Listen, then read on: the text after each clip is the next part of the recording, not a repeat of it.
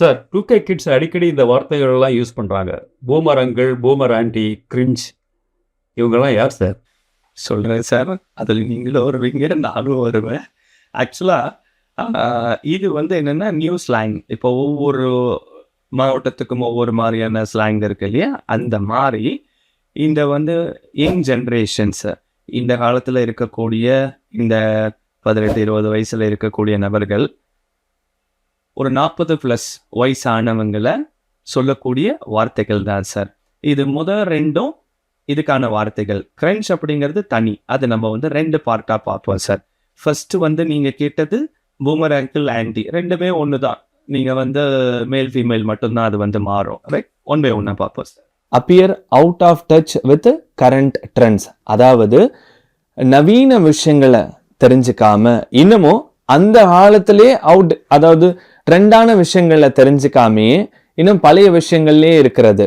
Like இன்னைக்கு ஒரு ஏதாவது ஒரு விஷயங்கள், ஒரு இன்ஸ்டா ஒரு ட்ரெண்ட் இருக்கு அப்படின்னா அவங்களுக்கு அதை பற்றிலாம் தெரியாது. அவங்களுக்கு டிவியில் ஓடுறது, ஆர்எஸ் சினிமா பார்க்குறது இதுதான் தெரியுமே தாண்டி இந்த சோஷியல் மீடியா மற்ற விஷயங்கள்ல அந்த அளவுக்கு அவங்க அப்டேட்டடாக இருக்க மாட்டாங்க. ரெண்டாவது, அவங்களுக்குமான ஒரு ஸ்ட்ராங் ஒப்பீனியன் இருக்கும். ஸோ மற்றவங்களை பற்றியா இருக்கலாம், அது கல்ச்சரை பற்றியா இருக்கலாம், இல்லை வேறு எதுலையாவது இருக்கக்கூடிய நம்பிக்கைகளாக இருக்கலாம். அதை யாருக்காகவும் எதுக்காகவும் மாற்றிக்கவே மாட்டாங்க. ரொம்ப ஸ்ட்ராங்காக ரிஜிடாக இருக்கக்கூடிய பர்சன்ஸாக இருப்பாங்க.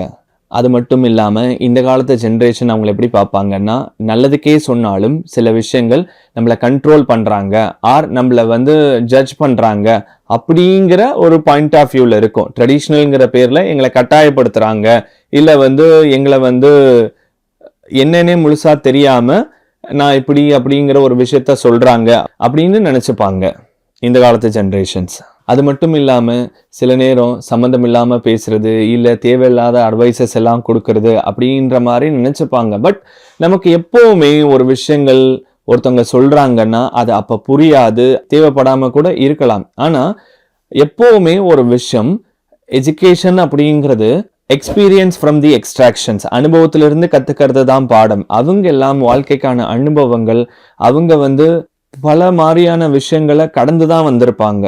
ஆனால் நமக்கு என்ன தோணுன்னா, என்னடா சும்மா கேள்வி கேட்டுகிட்டே இருக்காங்க, அட்வைஸ் பண்ணிக்கிட்டே இருக்காங்க, எப்படா அமைதியாக இருப்பாங்க, நம்ம ஒன்று கேட்டால் அவங்க ஒன்று பதில் சொல்கிறாங்க, ஒவ்வொன்றுக்கும் தேவையில்லாத மணிக்கணக்காக விளக்கம் கொடுக்குறாங்க அப்படின்ற மாதிரி இந்த காலத்து ஜென்ரேஷனுக்கு அவங்களோட பார்வையில் தோணும். அது மட்டும் இல்லாமல் அவங்களால சில விஷயங்களை புரிஞ்சிக்க முடியாது. தட் மீன்ஸ் ஆஃப் மாடர்ன் டெக்னாலஜியாக இருக்கட்டும், இல்லை இன்னைக்கு ட்ரெண்டில் நடக்கக்கூடிய விஷயங்களாக இருக்கட்டும், பல விஷயங்கள்ல அவங்களால அதை ஏற்றுக்க முடியாது. பிகாஸ் ஆஃப் அவங்க எல்லாம் பார்த்தோம் அப்படின்னா அந்த ஒரு ஜென்ரேஷன் கேப் இருக்கிறதுனால வீட்டில் ஒரு தாத்தாவுக்கும் பேர பசங்களுக்குமான ஒரு இடைவெளி அப்படிங்கிறதே, அந்த ஜென்ரேஷன் கேப் அப்படிங்கிறதே ரொம்ப அதிகமாக இருக்கும். அதுலேயே நம்ம ஈஸியாக தெரிஞ்சுக்க முடியும். அது மட்டும் இல்லாமல் ஒரு மிஸ் அண்டர்ஸ்டுட், தவறுதலாக புரிஞ்சுக்கிறதும் இருக்கும். ஏன்னா யங் ஜென்ரேஷன்ஸ் அவங்க சொல்லக்கூடிய விஷயங்களை, ஸோ இன்னைக்கு நிதானம் இல்லை, பொறுமை கிடையாது, ஏன் சொல்கிறாங்க எதுக்கு சொல்கிறாங்கன்னு யோசிக்கிறது கிடையாது. அப்படி இருக்கும் பொழுது அவங்க மேலே ஒரு கோபம் வரும். அடுத்தது, எல்லாத்தையுமே நம்மளை ப்ரெஷர் பண்ணுறாங்களோ, நம்ம மேலே ஒரு அழுத்தத்தை திணிக்கிறாங்களோ அப்படிங்கிற ஒரு எண்ணமும் தோணும். அது மட்டும் இல்லாமல் அவங்க ஹைலி கொஞ்சம் மெச்சூரிட்டியாக இருக்கிறதுனால அவங்க அதில் ப்ரோஸ் அண்ட் கான்சஸ் என்ன இருக்குது அப்படின்ற மாதிரி யோசிப்பாங்க. பட் நம்மளை பொறுத்தளவுக்கு எனக்கு ஒன்று தேவை அப்படின்னு சொன்னால் இந்த ஜென்ரேஷனுக்கு அந்த தேவைகள் மட்டும்தான் தெரியும். அதில் நல்லது என்ன இருக்குது, கெட்டது என்ன இருக்குது, இதனால பின் விளைவுகள் என்ன இருக்குது அப்படிங்கிற இடத்துல யோசிக்க மாட்டாங்க. பட் அதை அவங்க யோசிக்கிறதுனால இந்த ஜென்ரேஷன்ஸ் அவங்கள பார்க்குறதே it is like a boomer அந்த மாதிரியான வார்த்தைகள் பயன்படுத்துவாங்க. அது மட்டும் இல்லாமல் மனசில் பட்ட விஷயங்கள் எல்லாமே வெளிப்படையாக பேசிடுவாங்க. இந்த காலத்து ஜென்ரேஷன் இருக்காது. மேக்ஸிமம் பார்த்தீங்கன்னா ஒன் வேர்டு தான், எஸ் நோ, ஆமாம் இல்லை அப்படிங்கிற வார்த்தை நகரும். சில பேர் தலையை மட்டும் ஆட்டிட்டு போயிடுவான், அவ்வளவு. ஏங்க பர்சனலாக நான் நிறைய விஷயங்களை ஃபேஸ் பண்ணுறேன். ஒருத்தர்கிட்ட நம்ம பேரை கேட்டால் கூட சொல்ல மாட்டாங்க. லைக் அப்படி இருக்கக்கூடிய காலகட்டம் இந்த ஜென்ரேஷன் சில பேர். ஓகே, ஆனால் அவங்கள என்ன இருக்குன்னா, மனசுக்குள்ள ஒன்றும் வச்சுக்காம வெள்ளந்தியா எல்லா விஷயங்களையும் பேசக்கூடிய நபர்களாக இருப்பாங்க. என்னடா இவங்க இவ்வளோ பேசுகிறாங்க தேவையில்லாததுக்கெல்லாம் அப்படின்றது இவங்களுக்கு தோணலாம்.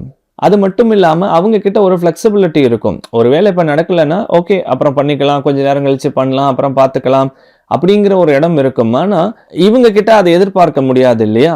அதனால என்னடா ஒரு சின்ன வேலைக்கு இவ்வளோ டைம் எடுத்துக்கிறாங்க, இதெல்லாம் பண்றாங்க அப்படிங்கிற மாதிரியும் இந்த நியூ ஜென்ரேஷன் பார்வையில வந்து தோணும். அது மட்டும் இல்லாம இந்த ஜென்ரேஷன்ஸ் வந்து ஸோ எல்லா விஷயங்களும் தெரிஞ்சுக்கணும், ட்ரெண்டில் இருக்கணும், அப்டேட்டடாக இருக்கணும், இல்லை வந்து எங்கேயாவது கூட்டிகிட்டு போனால் எல்லா விஷயங்களையுமே வந்து ஈஸியாக புரிஞ்சுக்கணும் அப்படின்ற அவங்க மேலே ஒரு எதிர்பார்ப்பு இருக்கும். பட் அவங்களால அதை வந்து மூவ் ஆன் பண்ண முடியாது. அவங்கள பொறுத்தளவுக்கு ஒரு நபர்களை ஒரு உயிராக ஒரு உணர்வாக பார்க்கக்கூடிய நபர்களாக இருப்பாங்க.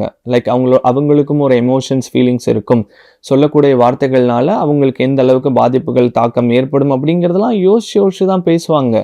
ஸோ அதனால கூட இவங்களுக்கு வந்து அவங்க மேலே பார்வைகள் வந்து மாறுது. ரொம்ப ஸ்லோவாக இருக்காங்க, சிம்பிள், ரொம்ப ஸ்லோவாக இருக்காங்க, அவுடேட்டடாக இருக்காங்க, சில விஷயங்கள் வந்து ரொம்ப ஸ்ட்ராங்காக இருக்காங்க, அண்ட் தென் நம்மளை கண்ட்ரோல் பண்ணுறாங்க.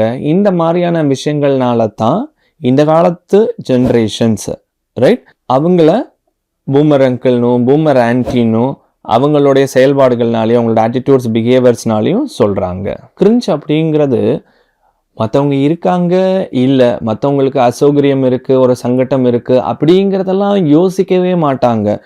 எனக்கு எது சரி, எனக்கு எது சந்தோஷத்தை தருது, ரைட், நான் எதை நம்புகிறேன், அதை மட்டும் செய்யக்கூடிய நபர்களாக இருப்பாங்க. அவங்க செய்யக்கூடிய செயல் தான் இருக்கும்.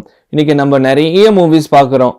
ஒரு வார்த்தைகள் வந்து ரொம்ப ஒருத்தரை இம்ப்ரெஸ் பண்ணுறதுக்காக ரொம்ப அளவுக்கு அதிகமாக பேசும்போது ரொம்ப கிரின்ஷாக இருக்க, லைக் அதாவது ஒரு தட் மீன்ஸ் ஆஃப் அன்ரியாலிஸ்டிக்ஸ் பேச்சாக இருக்கலாம், அவங்களோட செயல்பாடுகளாக இருக்கலாம், சில நேரம் ரொம்ப வித்தியாசமான செயல்பாடுகளாக கூட இருக்க முடியும். ஸோ இது வந்து கிரிஞ்ச் அப்படின்னு சொல்லுவாங்க.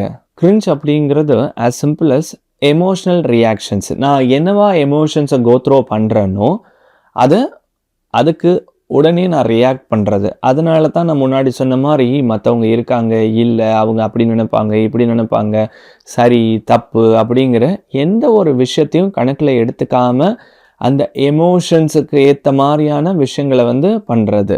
உங்களில் நிறைய பேருக்கு மனசு சம்பந்தமான கேள்விகள், சந்தேகங்கள் இருக்கலாம். உங்கள் சார்பா சார் இங்கே வந்து தொடர்ச்சியாக கேள்விகள் கேட்டுக்கிட்டே இருப்பார்.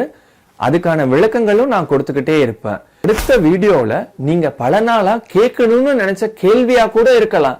அதனால தொடர்ந்து இந்த யூடியூப் சேனலை பாருங்க. உங்கள் மனசு சம்பந்தமான சந்தேகங்கள், கேள்விகளை தெளிவுபற்று மன நிம்மதியோட சந்தோஷமா இருங்க. அதுக்கு முன்னாடி ஹர்ஷா மைண்ட் கேர் அப்படிங்கிற இந்த யூடியூப் சேனலை சப்ஸ்கிரைப் பண்ணிக்கோங்க. அப்பதான் நீங்க தெரிஞ்சுக்கணும்னு நினைச்ச கேள்விகள் வந்தா கூட உங்களுக்கு நோட்டிபிகேஷன்ஸ் வரும்.